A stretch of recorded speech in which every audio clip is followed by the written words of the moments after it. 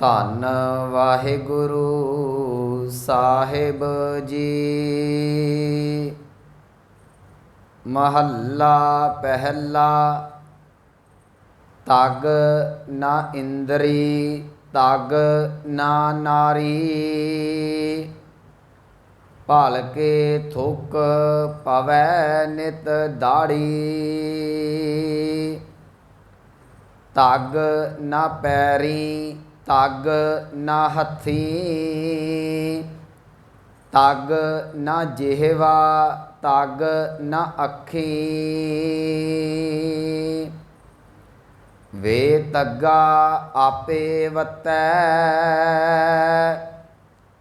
ਵਟ ਧਾਗੇ ਅਵਰਾ ਕੱਤੈ। ਲੈ ਭਾੜ ਕਰੇ ਵੀ ਆਹੋ, ਕੱਢ ਕਾਗਲ ਦੱਸੇ ਰਾਹੋ। ਸੁਣ ਵੇਖੋ ਲੋਕਾ ਇਹੋ ਵਿਡਾਣ, ਮਨ ਅੰਧਾ ਨਾਉ ਸੁਜਾਨ। ਵਾਹਿਗੁਰੂ ਜੀ ਕਾ ਖਾਲਸਾ ਵਾਹਿਗੁਰੂ ਜੀ ਕੀ ਫਤਿਹ।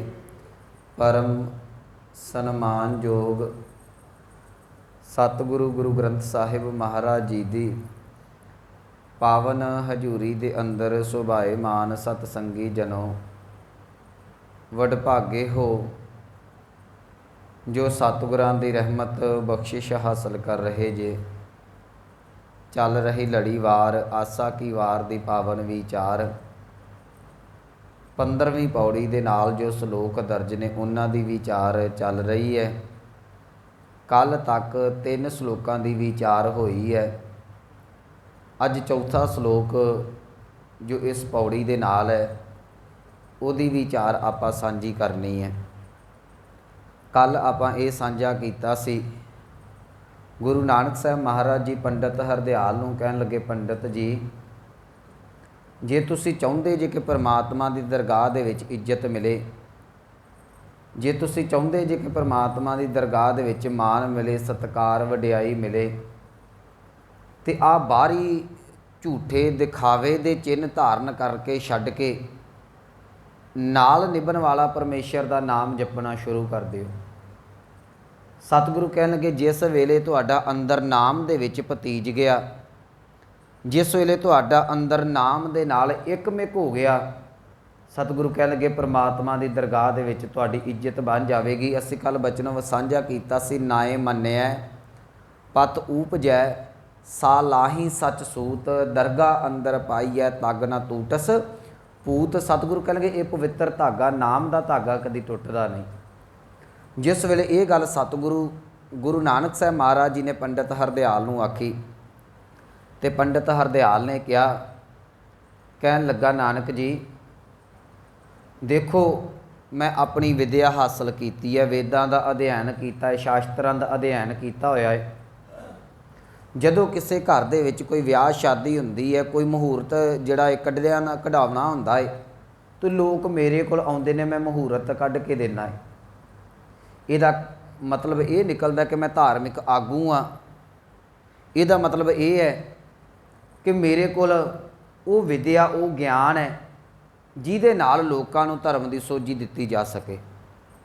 ਸਤਿਗੁਰੂ ਕਹਿਣ ਲੱਗੇ ਬਿਲਕੁਲ ਠੀਕ, ਇਹਦੇ 'ਚ ਕੋਈ ਸ਼ੱਕ ਨਹੀਂ ਕਿ ਤੁਹਾਨੂੰ ਦੁਨਿਆਵੀ ਤੌਰ 'ਤੇ ਧਾਰਮਿਕ ਗ੍ਰੰਥਾਂ ਦਾ ਗਿਆਨ ਨਹੀਂ ਹੈਗਾ। ਕਹਿੰਦੇ ਮੈਂ ਮੰਨਦਾ, ਪਰ ਇੱਕ ਗੱਲ ਯਾਦ ਰੱਖਿਓ, ਜਿਹੜਾ ਧਾਗਾ ਤੁਸੀਂ ਤਨ 'ਤੇ ਪਾਇਆ ਹੈ ਨਾ, ਇਹ ਧਾਗਾ ਅਸਲ ਦੇ ਵਿੱਚ ਆਪਣੇ ਹੱਥਾਂ ਪੈਰਾਂ ਦੇ ਵਿੱਚ, ਆਪਣੀਆਂ ਅੱਖਾਂ, ਆਪਣੀਆਂ ਇੰਦਰੀਆਂ ਦੇ ਵਿੱਚ ਪਾਉਣਾ ਸੀ।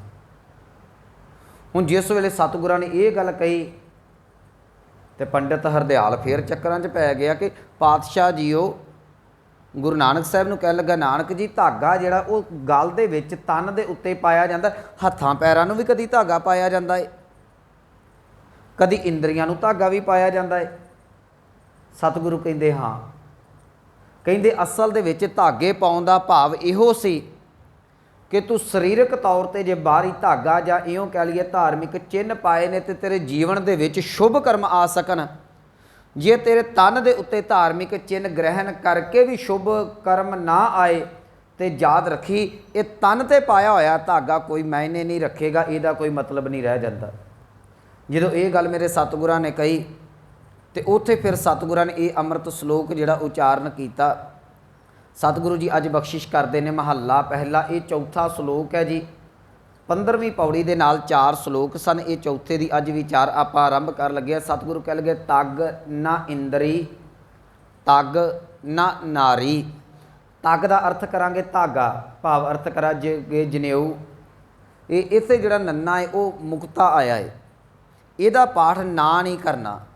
ਬੜੀ ਵਾਰੀ ਮੈਂ ਨਾਲੋਂ ਨਾਲ ਸਾਂਝੇ ਕਰਦਾ ਜਾ ਰਿਹਾ, ਜਿੱਥੇ ਇਹੋ ਜਿਹਾ ਕੋਈ ਸੰਬੰਧਕ ਟੌਪਿਕ ਆਉਂਦਾ ਹੈ ਨੰਨਾ ਮੁਕਤਾ ਨਾ, ਇਹਦੀ ਇਕੱਲੇ ਦੀ ਆਵਾਜ਼ ਦੇਣੀ ਹੈ। ਇਹ ਨਿੱਕੀਆਂ ਨਿੱਕੀਆਂ ਗੱਲਾਂ, ਕਿਉਂਕਿ ਭਾਵਨਾ ਵਾਲੀ ਸੰਗਤ ਕਈ ਇਹ ਬਾਣੀ ਦਾ ਪਾਠ ਰੋਜ਼ਾਨਾ ਕਰਦੀ ਹੈ। ਸਤਿਗੁਰੂ ਕਹਿ ਲਗੇ ਤਗ ਨਾ ਇੰਦਰੀ ਤਗ ਨਾ ਨਾਰੀ। ਕਹਿਣ ਲੱਗੇ ਪੰਡਤ ਜੀ ਧਾਗਾ ਤੁਸੀਂ ਆਪਣੇ ਇੰਦਰੀਆਂ ਨੂੰ ਪਾਉਣਾ ਸੀ। ਜਿਹੜੀਆਂ ਇੰਦਰੀਆਂ ਤੁਹਾਡੀਆਂ ਬਾਹਰ ਮੁਖੀ ਹੋ ਕੇ ਵਿਕਾਰਾਂ ਦੇ ਵਿੱਚ ਖਚਿਤ ਹੁੰਦੀਆਂ ਨੇ, ਤੁਸੀਂ ਉਹਨੂੰ ਜਤ ਸਤ ਨੂੰ ਕਾਇਮ ਕਰਨਾ ਸੀ, ਆਪਣੇ ਵਿਕਾਰਾਂ ਦੇ ਉੱਤੇ ਕਾਬੂ ਕਰਨਾ ਸੀ। ਤੁਹਾਡਾ ਧਾਗਾ ਪਾਇਆ ਹੋਇਆ ਤਾਂ ਕਿਸੇ ਲਾਹੇਵੰਦ ਹੋ ਸਕਦਾ ਸੀ। ਤਗ ਨਾ ਇੰਦਰੀ ਤਗ ਨਾ ਨਾਰੀ। ਇੱਥੇ ਨਾਰੀ ਦਾ ਅਰਥ ਜਿਹੜਾ ਕੁਝ ਵਿਦਵਾਨਾਂ ਨੇ, ਜਿਵੇਂ ਪ੍ਰੋਫੈਸਰ ਸਾਹਿਬ ਸਿੰਘ ਹੁਣੀ, ਇਹਨਾਂ ਨੇ ਨਾੜੀਆਂ ਕੀਤਾ ਨੇ, ਪਰ ਇਹ ਮੈਨੂੰ ਪੂਰਾ ਫਿੱਟ ਬਹਿੰਦਾ ਜਾਪਦਾ ਨਹੀਂ, ਕਿਉਂਕਿ ਨਾੜੀਆਂ ਦੇ ਅੰਦਰ ਨੂੰ ਤੇ ਧਾਗਾ ਪੈਣ ਹੋ ਰਿਹਾ। ਕੁਝ ਵਿਦਵਾਨਾਂ ਨੇ ਇਹਦਾ ਜਿਹੜਾ ਨਾਰੀ ਦਾ ਅਰਥ ਹੈ ਇਸਤਰੀ ਕੀਤਾ ਹੈ। ਹੁਣ ਮੈਂ ਜਿੱਦਣ ਵਿਚਾਰ ਆਰੰਭ ਹੋਈ ਸੀ ਉਦਣ ਇੱਕ ਬੇਨਤੀ ਕੀਤੀ ਸੀ ਕਿ ਹਿੰਦੂ ਮਤ ਦੇ ਮੁਤਾਬਕ ਔਰਤ ਨੂੰ ਜਿਹੜਾ ਉਹ ਜਨੇਊ ਨਹੀਂ ਪਾਇਆ ਜਾਂਦਾ। ਔਰਤ ਸ਼ੂਦਰ ਇਹ ਦੋ ਜਾਣੇ ਜਿਹੜੇ ਤੇ ਧਾਰਮਿਕ ਗ੍ਰੰਥਾਂ ਤੋਂ, ਧਾਰਮਿਕ ਨਾਮ ਤੋਂ, ਧਾਰਮਿਕ ਚਿੰਨ੍ਹਾਂ ਤੋਂ ਵਾਂਝੇ ਰਹਿੰਦੇ ਨੇ।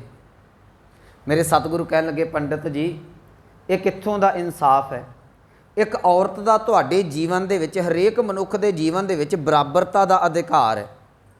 ਤੁਸੀਂ ਵੇਖੋ ਨਾ, ਜਿਹੜੀ ਜ਼ਿੰਦਗੀ ਹੈ ਕੱਲਾ ਇੱਕ ਪੱਖ ਦੇ ਨਾਲ ਕਦੀ ਵੀ ਬਤੀਤ ਨਹੀਂ ਹੋ ਸਕਦੀ। ਨਾ ਕੱਲਾ ਮਰਦ ਜ਼ਿੰਦਗੀ ਬਤੀਤ ਕਰ ਸਕਦਾ ਹੈ, ਨਾ ਕੱਲੀ ਔਰਤ ਜ਼ਿੰਦਗੀ ਬਤੀਤ ਕਰ ਸਕਦੀ ਹੈ। ਇਹ ਪਰਮਾਤਮਾ ਨੇ ਗ੍ਰਸਤ ਮਾਰਗ ਬਣਾਇਆ ਹੈ, ਇੱਥੇ ਦੋਵੇਂ ਬਰਾਬਰ ਨੇ। ਮੈਂ ਬੜੀ ਵਾਰੀ ਅਰਜ਼ ਕੀਤੀ, ਇਹ ਗੁਰੂ ਨਾਨਕ ਦੇ ਘਰ ਦੀ ਵਡਿਆਈ ਹੈ ਕਿ ਗੁਰੂ ਨਾਨਕ ਸਾਹਿਬ ਮਹਾਰਾਜ ਜੀ ਨੇ ਜਿੱਥੇ ਮਰਦ ਨੂੰ ਪ੍ਰਧਾਨਤਾ ਦਿੱਤੀ, ਮਰਦ ਨੂੰ ਸਤਿਕਾਰ ਦਿੱਤਾ, ਮਨੁੱਖੀ ਜਾਮੇ ਨੂੰ ਜਿਹੜਾ ਸੀ ਆਦਰ ਮਾਣ ਦਿੱਤਾ, ਉੱਥੇ ਸਤਿਗੁਰਾਂ ਨੇ ਔਰਤ ਦੀ ਵੀ ਨਾਲ ਬਰਾਬਰ ਗੱਲ ਕੀਤੀ ਹੈ। ਇਹ ਚਲੋ ਆਉਣ ਵਾਲੇ ਆਪਾਂ ਦਿਨਾਂ ਦੇ ਵਿੱਚ ਸਾਂਝਾ ਵੀ ਕਰਾਂਗੇ ਕਿ ਸੋ ਕਿਉ ਮੰਦਾ ਆਖੀਏ ਜਿਤ ਜੰਮੈ ਰਾਹ ਜਾਣ। ਸਤਿਗੁਰੂ ਕਹਿੰਦੇ ਉਹਨਾਂ ਔਰਤਾਂ ਨੂੰ, ਉਹਨਾਂ ਬੀਬੀਆਂ, ਉਹਨਾਂ ਮਾਵਾਂ ਭੈਣਾਂ ਨੂੰ ਕਿਉਂ ਮਾੜਾ ਕਹਿੰਦੇ ਜੇ ਜਿਹੜੀਆਂ ਰਾਜੇ ਮਹਾਰਾਜਿਆਂ ਨੂੰ ਜਨਮ ਦਿੰਦੀਆਂ ਨੇ। ਹੁਣ ਇੱਥੇ ਸਤਿਗੁਰੂ ਕਹਿਣ ਲੱਗੇ ਪੰਡਤ ਜੀ ਤੁਸੀਂ ਔਰਤ ਦੇ ਨਾਲ ਆਪਣੇ ਜੀਵਨ ਦਾ ਨਿਰਵਾਹ ਕਰਦੇ ਜੀ। ਔਰਤ ਇੱਕ ਨਹੀਂ ਕਈ ਰੂਪਾਂ ਦੇ ਵਿੱਚ ਸਾਡੇ ਘਰ 'ਚ ਆਉਂਦੀ ਹੈ। ਸਭ ਤੋਂ ਪਹਿਲਾਂ ਔਰਤ ਜਿਹੜੀ ਉਹ ਬੇਟੀ ਦੇ ਰੂਪ ਦੇ ਵਿੱਚ ਆਉਂਦੀ ਹੈ। ਕਿਸੇ ਦੀ ਔਰਤ ਇੱਕ ਬੇਟੀ ਹੈ, ਬੇਟੀ ਤੋਂ ਬਾਅਦ ਇਹ ਭੈਣ ਬਣਦੀ ਹੈ, ਭੈਣ ਤੋਂ ਬਾਅਦ ਇਹ ਜਿਹੜੀ ਹੈ ਪਤਨੀ ਬਣਦੀ ਹੈ, ਪਤਨੀ ਤੋਂ ਬਾਅਦ ਇਹ ਮਾਂ ਬਣਦੀ ਹੈ, ਮਾਂ ਤੋਂ ਬਾਅਦ ਦਾਦੀ, ਤੇ ਦਾਦੀ ਤੋਂ ਗਾਂ ਪੜਦਾਦੀ, ਗਾਂ ਇਹਦਾ ਪੀੜ੍ਹੀ ਚੱਲਦੀ ਹੈ। ਬਾਕੀ ਇਹਦੀਆਂ ਚਾਚੀ ਤਾਈਆਂ ਭੂਆ ਮਾਸੀਆਂ, ਇਹ ਜਿਹੜੇ ਕਿੰਨੇ ਰਿਸ਼ਤੇ ਨੇ ਇਹਦੇ ਜੀਵਨ ਦੇ ਨਾਲ ਜੁੜੇ ਹੋਏ ਨੇ। ਜਿੰਨੇ ਰਿਸ਼ਤੇ ਬੰਦੇ ਦੇ ਉਨੇ ਹੀ ਰਿਸ਼ਤੇ ਜਿਹੜੇ ਨੇ ਉਹ ਮੈਨੂੰ ਮਾਫ ਕਰਨਾ ਔਰਤ ਦੇ ਬਰਾਬਰ ਨੇ। ਸਤਿਗੁਰੂ ਕਹਿੰਦੇ ਹਰ ਕੰਮ ਦੇ ਵਿੱਚ ਔਰਤ ਬਰਾਬਰ ਹੈ। ਜੇ ਕੋਈ ਚਾਚਾ ਕਹਿੰਦਾ ਤੇ ਨਾਲ ਚਾਚੀ ਵੀ ਹੈ, ਜੇ ਕੋਈ ਤਾਇਆ ਕਹਿੰਦਾ ਨਾਲ ਤਾਈ ਵੀ ਹੈ, ਜੇ ਕੋਈ ਭੂਆ ਕਹਿੰਦਾ ਨਾਲ ਫੁੱਫੜ ਵੀ ਹੈ। ਜੇ ਸਾਰੇ ਰਿਸ਼ਤੇ ਬਰਾਬਰ ਨੇ, ਜਦੋਂ ਤੁਸੀਂ ਜਨੇਊ ਪਾਉਣ ਦੀ ਗੱਲ ਕਰਦੇ ਜੇ ਉਦੋਂ ਔਰਤ ਨੂੰ ਕਾਹਦੇ ਲਈ ਪਿੱਛੇ ਕਰ ਦਿੰਦੇ ਜੇ? ਉਸ ਵੇਲੇ ਤੁਹਾਨੂੰ ਔਰਤ ਮਾੜੀ ਲੱਗਦੀ ਹੈ? ਉਸ ਵੇਲੇ ਔਰਤ ਨੂੰ ਕਿਉਂ ਭੰਡਿਆ ਜਾਂਦਾ ਹੈ? ਤੇ ਮੈਂ ਜਿੱਦਣ ਵਿਚਾਰ ਆਰੰਭ ਕੀਤੀ ਸੀ ਉਸ ਦਿਨ ਇੱਕ ਬੇਨਤੀ ਕੀਤੀ ਸੀ, ਇਹ ਇਸਲਾਮ ਤੇ ਹਿੰਦੂ ਮਤ ਇਹ ਗੱਲ ਕਹਿੰਦੇ ਨੇ ਕਿ ਔਰਤ ਜਿਹੜੀ ਹੈ ਕੇਵਲ ਤੇ ਕੇਵਲ ਭੋਗ ਵਿਲਾਸ ਦੀ ਵਸਤੂ, ਇਹ ਤੋਂ ਵੱਧ ਕੁਝ ਹੋਰ ਨਹੀਂ। ਜੈਨ ਮਤ ਔਰਤ ਦੇ ਬਾਰੇ ਇਹ ਗੱਲ ਕਹਿੰਦੀ ਹੈ, ਕਹਿਣ ਲੱਗੇ ਔਰਤ ਚਲੋ ਸਾਡਾ ਸਰੀਰ ਸਾਰਿਆਂ ਦਾ ਚਮਦਾ ਹੈ ਨਾ, ਹੱਡ ਮਾਸ ਦਾ ਬਣਿਆ ਹੋਇਆ ਹੈ। ਜੈਨ ਮਤ ਗੁਰਮੁਖ ਔਰਤ ਬਾਰੇ ਇਹ ਸਟੇਟਮੈਂਟ ਦਿੰਦੀ ਹੈ ਕਿ ਜੇ ਕਿਤੇ ਇਹ ਸਟੈਚੂ ਵੀ ਬਣਿਆ ਹੋਵੇ ਨਾ ਔਰਤ ਦਾ, ਪੇਂਟਿੰਗ ਵੀ ਹੋਈ ਹੋਵੇ, ਕਾਗਜ਼ ਦੀ ਵੀ ਔਰਤ ਬਣੀ ਹੋਵੇ, ਕਹਿੰਦੇ ਉਹ ਵੀ ਔਰਤ ਮਾੜੀ ਹੈ, ਮਾਸ ਦੀ ਤੇ ਗੱਲ ਹੀ ਬੜੀ ਦੂਰ ਦੀ ਹੈ। ਤੁਸੀਂ ਵੇਖੋ ਇਹਨਾਂ ਧਰਮਾਂ ਦੇ ਵਿੱਚ ਔਰਤ ਨੂੰ ਕਿੰਨਾ ਜ਼ਿਆਦਾ ਨਿੰਦਿਆ ਜਾਂਦਾ ਹੈ। ਹਾਲਾਂਕਿ ਮਨੁੱਖ ਦੀ ਉਤਪਤੀ ਔਰਤ ਤੋਂ ਹੈ, ਜਨਮ ਔਰਤ ਨੇ ਦੇਣਾ ਹੈ। ਔਰਤ ਤੋਂ ਜਨਮ ਲੈ ਕੇ ਮਨੁੱਖ ਜਿਹੜਾ ਉਹ ਔਰਤ ਨੂੰ ਮਾੜਾ ਕਹੀ ਜਾਂਦਾ, ਇਹ ਤੋਂ ਵੱਡੀ ਹੋਰ ਅਕਿਰਤ ਕਣਾਂ ਦੀ ਕੀ ਗੱਲ ਹੋਏਗੀ? ਮੇਰੇ ਸਤਿਗੁਰੂ ਕਹਿਣ ਲੱਗੇ ਤੁਸੀਂ ਔਰਤ ਨੂੰ ਕਿਉਂ ਮਾੜਾ ਕਹਿੰਦੇ ਜੀ? ਇਹਨੂੰ ਮੈਂ ਥੋੜ੍ਹਾ ਜਿਹਾ ਹੋਰ ਸਪਸ਼ਟ ਕਰ ਦੇਵਾਂ, ਬੜੇ ਸੰਕੋਚਵੇਂ ਸ਼ਬਦ ਵਰਤਾਂਗਾ ਜੀ। ਅੱਜ ਤੱਕ ਹਿੰਦੁਸਤਾਨ ਦਾ ਧਾਰਮਿਕ ਫਲਸਫਾ ਔਰਤ ਨੂੰ ਮਾੜਾ ਕਹਿਣ ਦਾ ਇੱਕ ਕਾਰਨ ਹੈ। ਉਹ ਇਹ ਗੱਲ ਕਹਿੰਦਾ ਹੈ ਕਿ ਜਦੋਂ ਮਨੁੱਖ ਇਹ ਬੰਦਗੀ ਵਾਲੇ ਪਾਸੇ ਜਾਂਦਾ ਹੈ, ਜਦੋਂ ਮਨੁੱਖ ਨਾਮ ਸਿਮਰਨ ਵਾਲੇ ਰੂਹਾਨੀਅਤ ਵਾਲੇ ਪਾਸੇ ਜਾਂਦਾ ਹੈ, ਉਹਦੇ 'ਚ ਦੋ ਗੱਲਾਂ ਨੇ। ਪਹਿਲੀ ਗੱਲ, ਇਹ ਲੋਕ ਇਹ ਗੱਲ ਕਹਿੰਦੇ ਨੇ, ਹਿੰਦੁਸਤਾਨ ਦਾ ਫਲਸਫਾ ਇਹ ਗੱਲ ਕਹਿੰਦਾ ਹੈ ਕਿ ਔਰਤ ਜਾਮੇ ਦੇ ਵਿੱਚ ਮੁਕਤੀ ਕਦੀ ਨਹੀਂ ਮਿਲ ਸਕਦੀ। ਇਹ ਯਾਦ ਰੱਖੋ, ਇਹਨੂੰ ਗੁਰੂ ਨਾਨਕ ਦਾ ਘਰ ਨਹੀਂ, ਇਹਨੂੰ ਬਾਕੀ ਧਰਮ ਕਹਿੰਦੇ ਨੇ। ਮੈਂ ਥੋੜ੍ਹਾ ਜਿਹਾ ਇਹਨੂੰ ਸਮਝਾ ਦਿੰਦਾ। ਜਿਵੇਂ ਮੰਨ ਲਓ ਦੋ ਸਰੀਰ ਨੇ ਸਾਡੇ ਕੋਲ, ਇੱਕ ਬੰਦੇ ਦਾ ਹੈ, ਇੱਕ ਜਨਾਨੀ ਦਾ, ਇੱਕ ਮਰਦ ਹੈ, ਇੱਕ ਔਰਤ ਹੈ। ਇੱਥੋਂ ਦਾ ਫਲਸਫਾ ਇਹ ਗੱਲ ਕਹਿੰਦਾ ਹੈ ਕਿ ਜੇ ਤੂੰ ਮੁਕਤੀ ਲੈਣੀ ਹੈ ਨਾ, ਤੈਨੂੰ ਜਾਮਾ ਬਦਲ ਕੇ ਮਰਦ ਦੇ ਜਾਮੇ ਦੇ ਵਿੱਚ ਆਉਣਾ ਪਵੇਗਾ। ਔਰਤ ਮਾੜੀ ਹੈ। ਦੂਸਰਾ ਇੱਥੇ ਇਹ ਗੱਲ ਕਹੀ ਜਾਂਦੀ ਹੈ, ਜਦੋਂ ਬੰਦਗੀ ਦੇ ਰਾਹ 'ਤੇ ਤੁਸੀਂ ਚੱਲਦੇ ਜੇ, ਨਾਮ ਜਪਣਾ, ਸਿਮਰਨ ਕਰਨਾ ਹੈ, ਤੇ ਉਦੋਂ ਔਰਤ ਦੇ ਵੱਲ ਮਨੁੱਖ ਵਾਸ਼ਨਾ ਸੰਯੁਕਤ ਮੋਹਿਤ ਹੋ ਜਾਂਦਾ ਹੈ। ਇਸ ਕਰਕੇ ਔਰਤ ਜਿਹੜੀ ਹੈ ਰੂਹਾਨੀਅਤ ਦੇ ਮਾਰਗ ਦੇ ਉੱਤੇ ਬਹੁਤ ਹੀ ਨਿੰਦਣਯੋਗ ਹੈ। ਇਹਨੂੰ ਪ੍ਰਵਾਨ ਨਹੀਂ ਕੀਤਾ ਗਿਆ। ਇਹਦੇ ਕਾਰਨ ਕਰਕੇ ਕੁਝ ਲੋਕ ਔਰਤਾਂ ਤੋਂ ਬਚਣ ਵਾਸਤੇ ਜਾਂ ਜੰਗਲਾਂ ਦੇ ਵਿੱਚ ਬੈਠੇ, ਕੁਝ ਲੋਕਾਂ ਨੇ ਜਿਹੜਾ ਸੀ ਔਰਤਾਂ ਨੂੰ ਭੰਡਣਾ ਸ਼ੁਰੂ ਕਰਕੇ ਰੱਖ ਦਿੱਤਾ। ਪਰ ਮੈਂ ਪਿਛਲੇ ਦਿਨਾਂ ਦੇ ਵਿੱਚ ਅੰਮ੍ਰਿਤ ਬਾਣੀ ਦੇ ਬਚਨ ਵੀ ਤੁਹਾਡੇ ਨਾਲ ਸਾਂਝੇ ਕੀਤੇ ਸਨ। ਗੁਰਮੁਖੋ, ਬਾਹਰੀ ਤੌਰ 'ਤੇ ਤੁਸੀਂ ਭੰਡ ਸਕਦੇ ਜੇ, ਪਰ ਮਨ ਦੇ ਵਿੱਚ ਤੇ ਉਹ ਵਾਸ਼ਨਾ ਚੱਲਦੀ ਹੈ ਨਾ। ਇਹ ਮਨ ਦੇ ਵਿੱਚੋਂ ਭੁਲੇਖਾ ਕੱਢ ਦਿਆ ਕਰੋ। ਮੈਂ ਬੜੀ ਵਾਰੀ ਅਰਜ਼ ਕਰਦਾ ਹੁੰਦਾ ਕਿ ਕਦੀ ਮਨ 'ਚ ਇਹ ਭੁਲੇਖਾ ਨਾ ਰੱਖੋ ਕਿ ਜਿਹੜਾ ਮਨੁੱਖ ਧਾਰਮਿਕ ਬਸਤਰ ਪਾਈ ਫਿਰਦਾ, ਸ਼ਾਇਦ ਉਹਦੇ ਮਨ ਦੇ ਵਿੱਚ ਵਾਸ਼ਨਾ ਨਹੀਂ ਹੋਵੇਗੀ। ਇਹ ਬਹੁਤ ਤਗੜਾ ਵਹਿਮ ਹੈ। ਇੱਕ ਸਤਿਗੁਰਾਂ ਦੀ ਅੰਮ੍ਰਿਤ ਬਾਣੀ ਦਾ ਬਚਨ ਸਾਂਝਾ ਕਰ ਦੇਵਾਂ। ਅੱਜ ਵੀ ਸਾਡੇ ਧਾਰਮਿਕ ਫਲਸਫੇ ਦੇ ਵਿੱਚ ਇਹ ਭੁਲੇਖੇ ਖਾਦੇ ਜਾਂਦੇ ਨੇ ਜੀ। ਇਹ ਜਿਹੜੇ ਸਾਧੂ ਨੇ ਇਹ ਗ੍ਰਸਤ ਨਹੀਂ ਕਰਦੇ, ਇਹ ਜਿਹੜੇ ਮਹਾਤਮਾ ਨੇ ਇਹ ਵਿਆਹ ਨਹੀਂ ਕਰਾਉਂਦੇ, ਇਹਨਾਂ ਨੇ ਪਰਿਵਾਰ ਕੋਈ ਨਹੀਂ ਰੱਖਿਆ। ਪਰ ਜਦੋਂ ਉਹਨਾਂ ਦਾ ਇਤਿਹਾਸ ਫੋਲਦੇ ਜੇ, ਜਦੋਂ ਇਹੋ ਜਿਹੇ ਪਖੰਡੀਆਂ ਦਾ, ਬਾਬਿਆਂ ਦਾ ਤੁਸੀਂ ਜੀਵਨ ਵੇਖਦੇ ਜੇ, ਉਹਨਾਂ ਦੇ ਡੇਰੇ ਵੇਖੋ, ਉਹਨਾਂ ਦੀਆਂ ਗੁਫਾਵਾਂ ਵੇਖੋ। ਅੱਜ ਮੀਡੀਆ ਨੇ ਸਾਰਾ ਕੁਝ ਸਪਸ਼ਟ ਕਰਕੇ ਰੱਖ ਦਿੱਤਾ ਕਿ ਕਿੰਨੇ ਵਿਕਾਰੀ ਬਿਰਤੀ ਵਾਲੇ ਇਹ ਲੋਕ ਨੇ। ਦੋ ਸ਼ਲੋਕ ਨੇ ਗੁਰੂ ਗ੍ਰੰਥ ਸਾਹਿਬ ਦੇ ਵਿੱਚ, ਇੱਕ ਗੁਰੂ ਅਮਰਦਾਸ ਜੀ ਦਾ, ਇੱਕ ਗੁਰੂ ਅਰਜਨ ਸਾਹਿਬ ਦਾ। ਥੋੜ੍ਹੇ ਥੋੜ੍ਹੇ ਪਾਠ ਭੇਦ ਨੇ। ਕਹਿਣ ਲੱਗੇ, ਮੈਂ ਜਾਣਿਆ ਵੱਡ ਹੰਸ ਹੈ। ਕਹਿ ਲਗੇ, ਮੈਂ ਤਾਂ ਸਮਝਿਆ ਸੀ ਇਹ ਬੜਾ ਤਗੜਾ ਹੰਸ ਹੋਵੇਗਾ, ਤਾਂ ਮੈਂ ਕੀਤਾ ਸੰਗ। ਕਹਿ ਲਗੇ, ਇਹਨੂੰ ਵੱਡ ਹੰਸ ਜਾਣ ਕੇ, ਇਹਨੂੰ ਹੰਸ ਬਿਰਤੀ ਵਾਲਾ ਸਾਧੂ ਮਹਾਤਮਾ ਜਾਣ ਕੇ ਇਹਦਾ ਸੰਗ ਕਰ ਲਿਆ, ਇਹਦੀ ਸੰਗਤ ਕਰ ਲਈ। ਪਰ ਜਦੋਂ ਸੰਗਤ ਕਰਕੇ ਇਹਦੇ ਅੰਦਰ ਦੇ ਵਿਕਾਰ ਵੇਖੇ, ਅੰਦਰ ਦੇ ਫੁਰਨੇ ਵੇਖੇ, ਇਹਦਾ ਜੀਵਨ ਕੁਰੀਤੀਆਂ ਦੇ ਨਾਲ ਭਰਿਆ ਹੋਇਆ ਵੇਖਿਆ, ਗੁਰੂ ਅਰਜਨ ਸਾਹਿਬ ਕਹਿੰਦੇ ਮੱਥੇ ਤੇ ਹੱਥ ਮਾਰ ਕੇ ਮਨੁੱਖ ਇਹ ਗੱਲ ਕਹਿੰਦਾ, ਜੇ ਜਾਣਾ ਬੱਗ ਬੱਪੜਾ ਤਾਂ ਜਨਮ ਨਾ ਭੇੜੀ ਅੰਗ। ਜੇ ਮੈਨੂੰ ਪਤਾ ਹੁੰਦਾ ਇਹਦਾ ਜੀਵਨ ਇੰਨਾ ਕੁ ਨਖੇਧ ਹੈ, ਕਦੀ ਇਹੋ ਜਿਹੇ ਲੋਕਾਂ ਦੇ ਮੈਂ ਕੋਲ ਵੀ ਨਾ ਢੁਕਦੀ। ਯਾਦ ਰੱਖਿਓ, ਇਹ ਗੁਰਬਾਣੀ ਦੇ ਬੋਲ ਨੇ। ਤੁਸੀਂ ਇਹਦੇ ਤੋਂ ਸਮਝ ਜਾਓ ਕਿ ਇਹ ਬਗਲੇ ਦੀ ਬਿਰਤੀ ਦੇ ਵਾਲੇ ਲੋਕ ਜਿਹੜੇ ਨੇ, ਹੰਸਾਂ ਦੇ ਕੱਪੜੇ ਪਾ ਕੇ ਕਿਵੇਂ ਸਧਾਰਨ ਲੋਕਾਂ ਨੂੰ ਲੁੱਟਦੇ ਪਏ ਨੇ। ਇੱਥੇ ਸਤਿਗੁਰੂ ਕਹਿੰਦੇ ਔਰਤ ਮਾੜੀ ਨਹੀਂ। ਜਿਹੜੀ ਮੈਂ ਵਿਸ਼ੇ ਦੀ ਗੱਲ ਕਰ ਰਿਹਾ ਸਾਂ, ਯਾਦ ਰੱਖਿਓ, ਗ੍ਰਸਤ ਮਾਰਗ ਮਾੜਾ ਨਹੀਂ। ਗੁਰਮਤਿ ਨੇ ਇਹ ਗੱਲ ਦੀ ਸਪਸ਼ਟੀਕਰਨ ਦਿੱਤਾ ਹੋਇਆ ਹੈ ਕਿ ਸਗਲ ਧਰਮ ਮਹਿ ਗ੍ਰਸਤ ਪ੍ਰਧਾਨ ਹੈ। ਜਾਂ ਅੰਮ੍ਰਿਤ ਬਾਣੀ ਦੇ ਵਿੱਚੋਂ ਜਾਂ ਗੁਰਮਤਿ ਦੇ ਸਿਧਾਂਤ 'ਚੋਂ ਅਸੀਂ ਇਹ ਵੀ ਪੜ੍ਹਦੇ ਹਾਂ ਕਿ ਏਕਾ ਨਾਰੀ ਜਤੀ ਹੋਏ ਪਰ ਨਾਰੀ ਧੀ ਭੈਣ ਵਖਾਣੇ। ਭਾਈ ਗੁਰਦਾਸ ਜੀ ਕਹਿੰਦੇ, ਦੇਖ ਪਰਾਈਆਂ ਚੰਗੀਆਂ। ਦੇਖੋ, ਇੱਥੇ ਔਰਤ ਨੂੰ ਨਹੀਂ ਮਾੜਾ ਕਿਹਾ ਗਿਆ। ਕਹਿੰਦੇ ਤੂੰ, ਤੇਰੇ ਸਾਹਮਣੇ ਔਰਤ ਆਉਂਦੀ ਹੈ, ਕਿਸੇ ਰੂਪ 'ਚ ਵੀ ਆਉਂਦੀ ਹੈ, ਤੂੰ ਅੱਖਾਂ ਬੰਦ ਕਰਕੇ ਨਾ ਬੈਠ।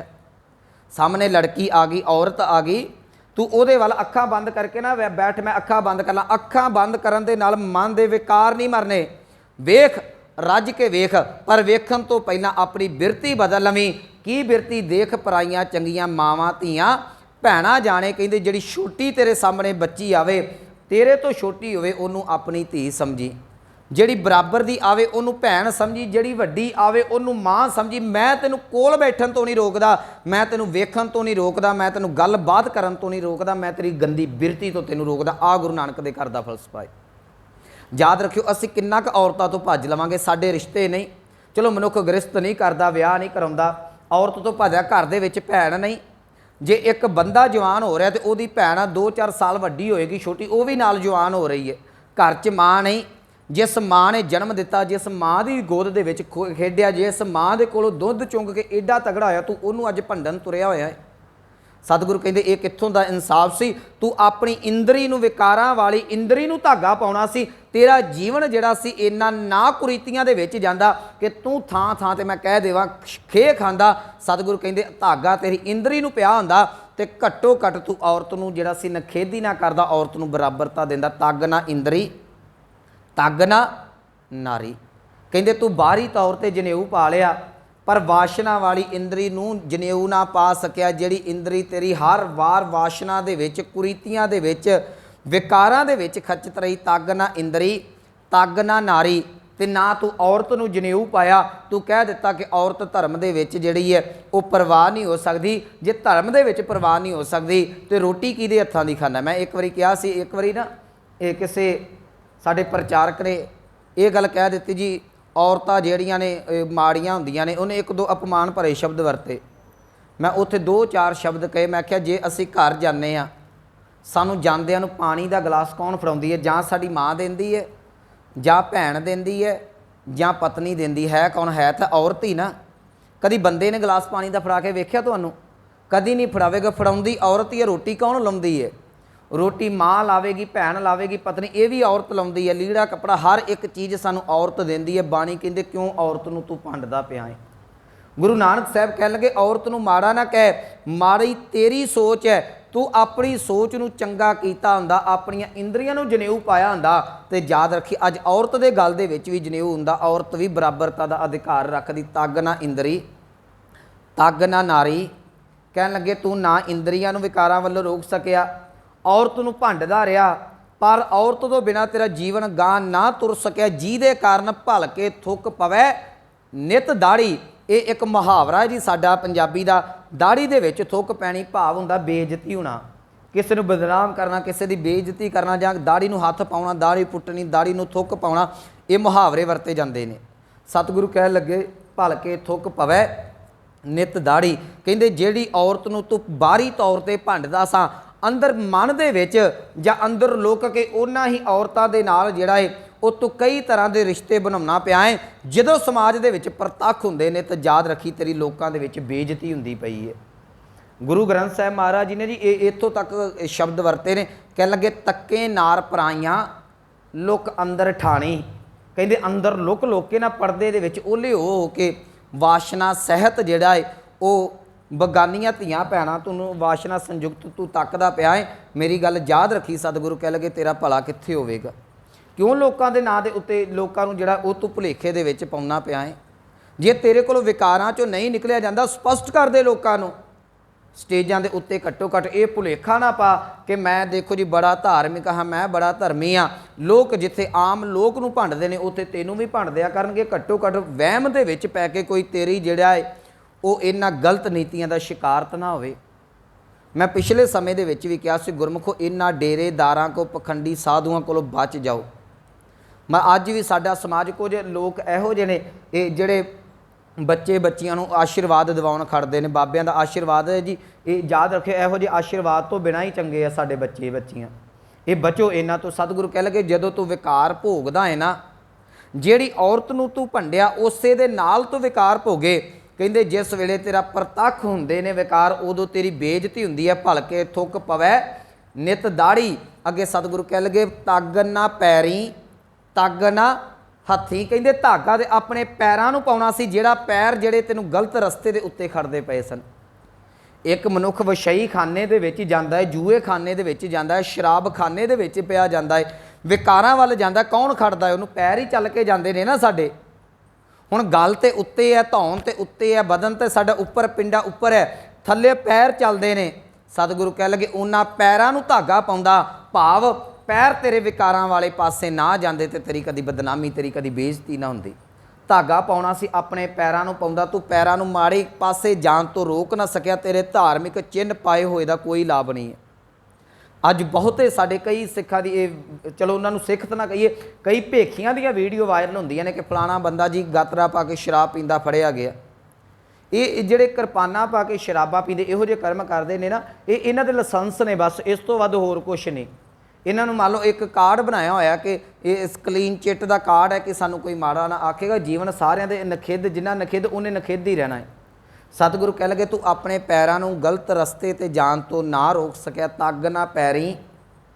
ਜਦੋਂ ਤੂੰ ਤੁਰ ਪਿਆ ਉੱਥੇ ਜਾ ਕੇ ਜੇ ਕੋਈ ਸ਼ਰਾਬ ਪੀਤੀ ਉਹ ਹੱਥਾਂ ਨਾਲ ਫੜੀ, ਨਸ਼ਾ ਕੀਤਾ ਹੱਥਾਂ ਦੇ ਨਾਲ ਕੀਤਾ, ਵਿਚਾਰ ਕੀਤਾ ਹੱਥਾਂ ਦੇ ਨਾਲ, ਉੱਥੇ ਵਰਤੋਂ ਕੀਤੀ। ਕਹਿ ਲਗੇ ਤੱਗ ਨਾ ਹੱਥੀਂ। ਤੇਰੇ ਹੱਥ ਗਲਤ ਪਾਸੇ ਨੂੰ ਜਿਹੜੇ ਰੋਕ ਨਾ ਸਕੇ, ਤੇਰੇ ਹੱਥ ਜਿਹੜੇ ਰਿਸ਼ਵਤ ਲੈਣ ਤੋਂ ਨਾ ਰੁਕ ਸਕੇ, ਤੇਰੇ ਹੱਥ ਜਿਹੜੇ ਨੇ ਉਹ ਪਰਾਇਆ ਧਨ ਖਿੱਚਣ ਤੋਂ ਰੋਕ ਨਾ ਸਕੇ, ਤੇਰੇ ਹੱਥ ਵਿਕਾਰ ਭੋਗਣ ਤੋਂ, ਨਸ਼ੇ ਵਾਲੀਆਂ ਚੀਜ਼ਾਂ ਦਾ ਸੇਵਨ ਕਰਨ ਤੋਂ ਬਿਨਾਂ ਰੋਕ ਨਾ ਸਕੇ। ਧਾਗਾ ਤੂੰ ਹੱਥਾਂ ਨੂੰ ਪਾਉਣਾ ਸੀ ਤਾਂ ਜੋ ਹੱਥ ਤੇਰੇ ਸ਼ੁਭ ਕਰਮ ਕਰਦੇ। ਗੁਰੂ ਗ੍ਰੰਥ ਸਾਹਿਬ ਮਹਾਰਾਜ ਜੀ ਨੇ ਇਹ ਸਾਨੂੰ ਸਾਰੀਆਂ ਗੱਲਾਂ ਸਮਝਾਈਆਂ ਨੇ। ਕਹਿ ਲਗੇ ਚਰਨ ਚਲੋ ਮਾਰਗ ਗੋਬਿੰਦ, ਕਹਿੰਦੇ ਜੇ ਚਰਨਾਂ ਦੇ ਨਾਲ ਪੈਰਾਂ ਦੇ ਨਾਲ ਚੱਲਣਾ ਹੈ ਨਾ, ਗੁਰੂ ਘਰ ਜਾਇਆ ਕਰ, ਗੁਰੂ ਘਰ ਜਾ ਕੇ ਤੇ ਰੱਬ ਰੱਬ ਜਪਿਆ ਕਰ। ਜੇ ਹੱਥਾਂ ਦੇ ਨਾਲ ਕਰਨਾ ਹੈ ਤੇ ਯਾਦ ਰੱਖੀ ਸੰਗਤ ਦੀ ਸੇਵਾ ਕਰਿਆ ਕਰ। ਸਤਿਗੁਰੂ ਇੱਥੇ ਕਹਿਣਗੇ ਭਲਿਆ ਨਾ ਤੇਰੇ ਪੈਰਾਂ ਨੂੰ ਧਾਗਾ ਨਾ ਤੇਰੇ ਹੱਥਾਂ ਨੂੰ ਧਾਗਾ। ਅੱਗੇ ਸਤਿਗੁਰੂ ਕਹਿ ਲਗੇ ਤੱਗ ਨਾ ਜਿਹਵਾ ਤੱਗ ਨਾ ਅੱਖੀਂ, ਨਾ ਤੇਰੀ ਜ਼ੁਬਾਨ ਨੂੰ ਧਾਗਾ ਪਿਆ ਤੇ ਨਾ ਤੇਰੀਆਂ ਅੱਖਾਂ ਨੂੰ ਧਾਗਾ ਪਿਆ। ਇੱਥੇ ਜ਼ੁਬਾਨ ਦਾ ਅਰਥ ਕੀ ਹੈ? ਜ਼ੁਬਾਨ ਦਾ ਅਰਥ ਹੈ ਜਿਹੜੇ ਕੌੜੇ ਬਚਨ ਤੂੰ ਬੋਲਦਾ ਹੈ। ਜ਼ੁਬਾਨ ਦਾ ਅਰਥ ਹੈ ਜਿਹੜੇ ਤੂੰ ਗਲਤ ਕਮੈਂਟ ਪਿਆ ਕਰਦਾ ਹੈ। ਜ਼ੁਬਾਨ ਦਾ ਅਰਥ ਹੈ ਜਿਹੜੀ ਭੱਦੀ ਸ਼ਬਦਾਵਲੀ, ਵਿਕਾਰਾਂ ਭਰੀ ਸ਼ਬਦਾਵਲੀ, ਗੰਦੀ ਸ਼ਬਦਾਵਲੀ ਤੂੰ ਬੋਲਦਾ। ਦੱਸ ਤੇਰਾ ਧਾਗਾ ਕਿੱਥੇ ਹੈ?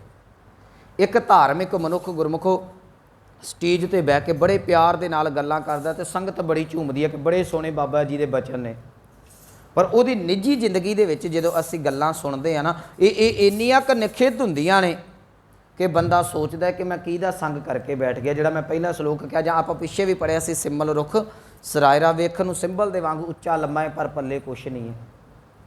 ਉੱਥੇ ਵੀ ਆਪਾਂ ਇਹ ਗੱਲ ਸਾਂਝੀ ਕੀਤੀ ਸੀ ਕਿ ਮਿੱਠਤ ਨੀਵੀਂ ਨਾਨਕਾ ਗੁਣ ਚੰਗਿਆਈਆਂ ਤਤ, ਜਿਹੜੇ ਮਨੁੱਖ ਦੇ ਅੰਦਰ ਰੂਹਾਨੀਅਤ ਟਿਕ ਜਾਵੇ, ਜ਼ੁਬਾਨ 'ਚ ਮਿਠਾਸ ਤੇ ਉਹਦੇ ਅੰਦਰ ਜਿਹੜੀ ਹੈ ਉਹ ਨਿਮਰਤਾ ਟਿਕ ਜਾਂਦੀ ਹੈ।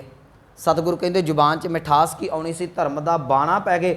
ਆਪਾਂ ਕੱਲ੍ਹ ਵੀ ਸਾਂਝਾ ਕੀਤਾ ਸੀ ਇਹ ਇੰਨੀਆਂ ਜਿਹੜੀਆਂ ਗਾਲਾਂ ਮੂੰਹ ਤੋਂ ਉੱਤੋਂ ਕੱਢਦਾ ਪਿਆ ਇੱਕ ਆਮ ਮਨੁੱਖ ਸੁਣਨ ਲੱਗਿਆ ਵੀ ਕੰਨਾਂ 'ਚ ਉਂਗਲਾਂ ਲੈਂਦਾ ਪਿਆ। ਸਤਿਗੁਰੂ ਕਹਿੰਦੇ ਧਾਗਾ ਤੇ ਜ਼ੁਬਾਨ ਨੂੰ ਪਾਉਣਾ ਸੀ ਨਾ।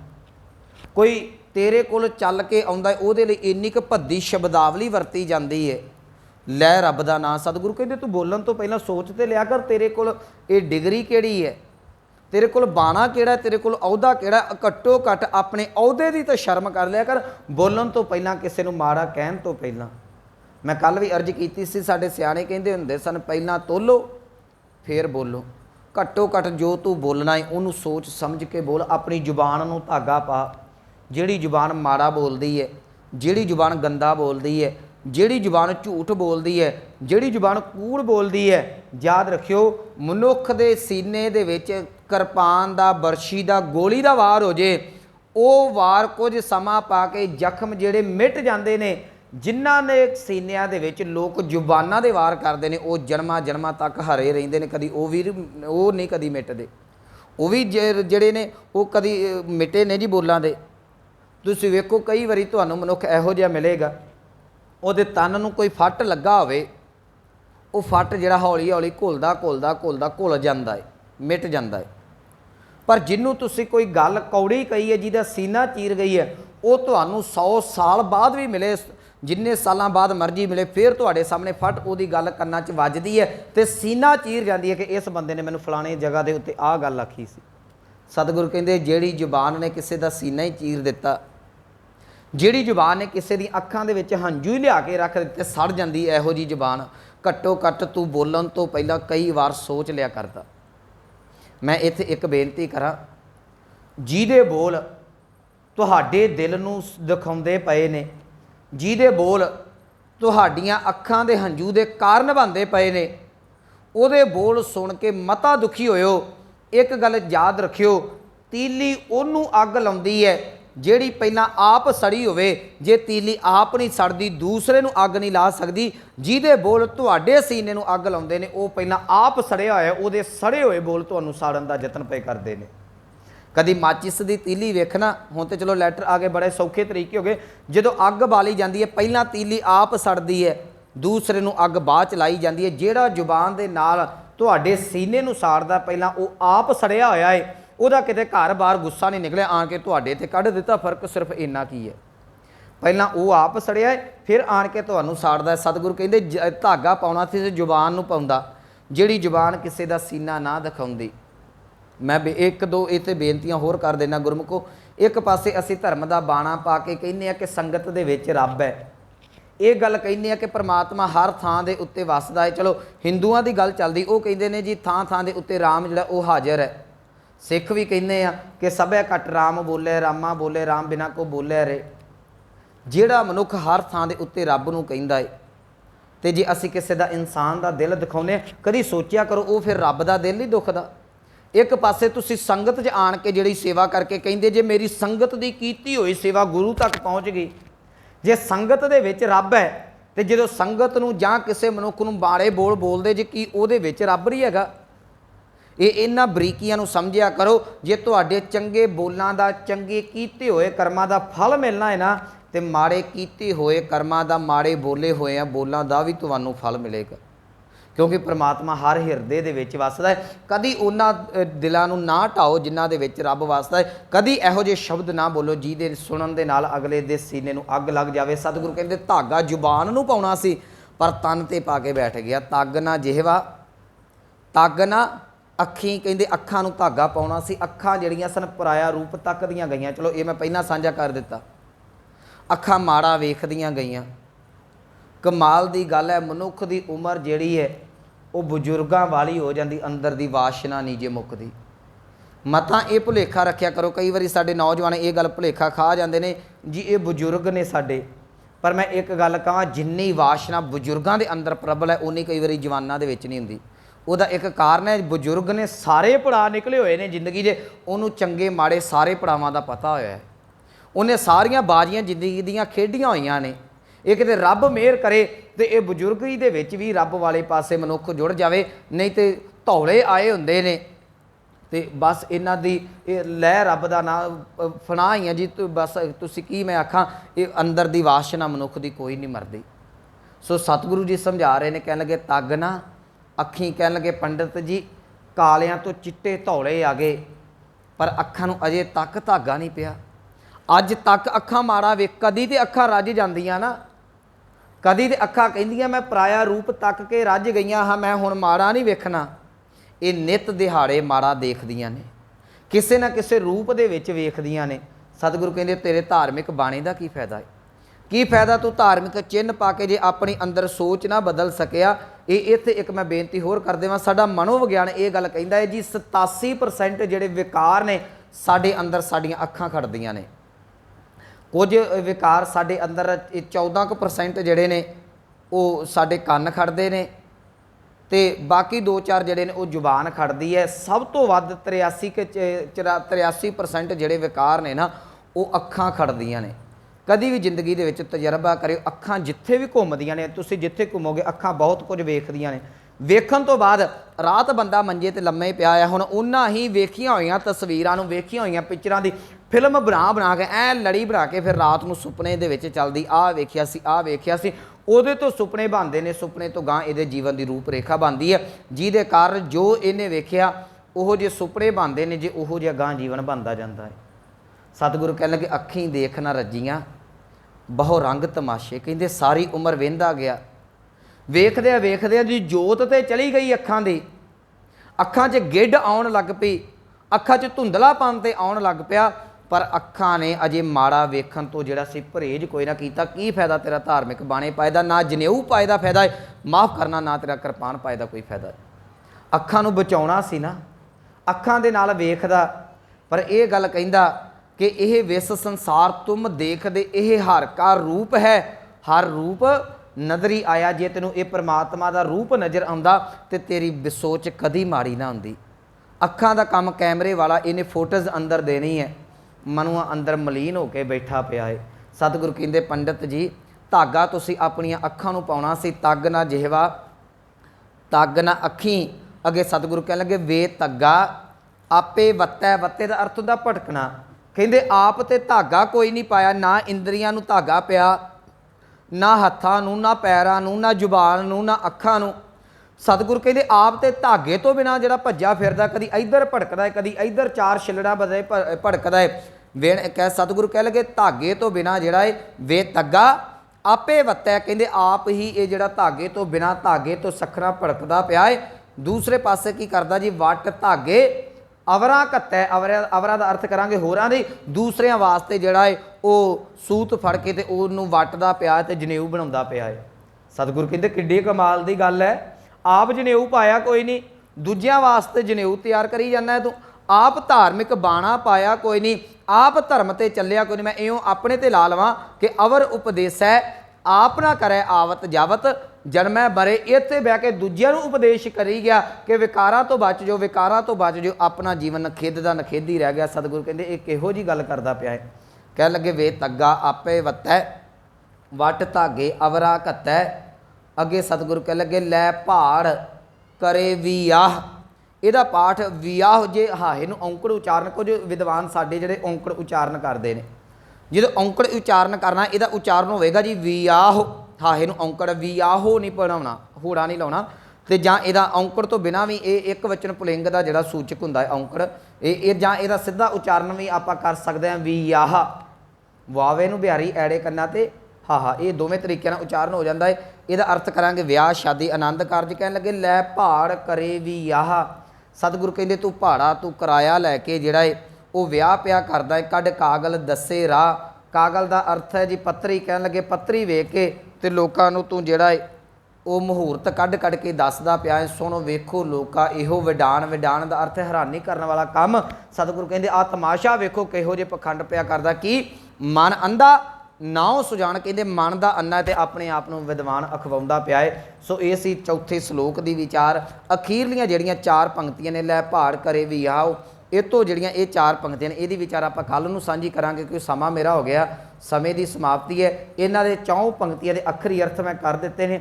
ਭਲਕੇ ਥੋੜ੍ਹਾ ਜਿਹਾ ਇਹਨਾਂ ਦਾ ਜਿਹੜਾ ਹੈ ਉਹ ਭਾਵ ਅਰਥ ਵੇਖਾਂਗੇ ਕਿ ਭਾੜਾ ਲੈ ਕੇ ਕਿਵੇਂ ਪੈਸੇ ਲੈ ਕੇ ਅਸੀਂ ਬੱਚੀਆਂ ਦੇ ਵਿਆਹ ਕਰਾਉਂਦੇ ਹਾਂ ਤੇ ਕਰਦੇ ਹਾਂ, ਤੇ ਗੁਰਮਤਿ ਇਹਦੇ ਬਾਰੇ ਸਾਨੂੰ ਕੀ ਕਹਿੰਦੀ ਹੈ। ਇੰਨੀ ਵਿਚਾਰ ਜਿਹੜੀ ਸੀ ਆਪਾਂ ਕੱਲ੍ਹ ਨੂੰ ਸਾਂਝੀ ਕਰਾਂਗੇ। ਇੰਨੀਆਂ ਬੇਨਤੀਆਂ ਪ੍ਰਵਾਨ, ਹੋਈਆਂ ਭੁੱਲਾਂ ਗਲਤੀਆਂ ਦੀ ਖਿਮਾ। ਆਓ ਪਾਵਨ ਪੰਕਤੀਆਂ ਦਾ ਜਾਪ ਸਰਵਣ ਕਰਕੇ ਸਮਾਪਤੀ ਕਰੀਏ। ਸੁਣ ਵੇਖੋ ਲੋਕਾ ਇਹੋ ਵਿਡਾਣਾ, ਮਨ ਅੰਧਾ ਨਾਉ ਸੁਜਾਨ। ਵਾਹਿਗੁਰੂ ਜੀ ਕਾ ਖਾਲਸਾ, ਵਾਹਿਗੁਰੂ ਜੀ ਕੀ ਫਤਿਹ।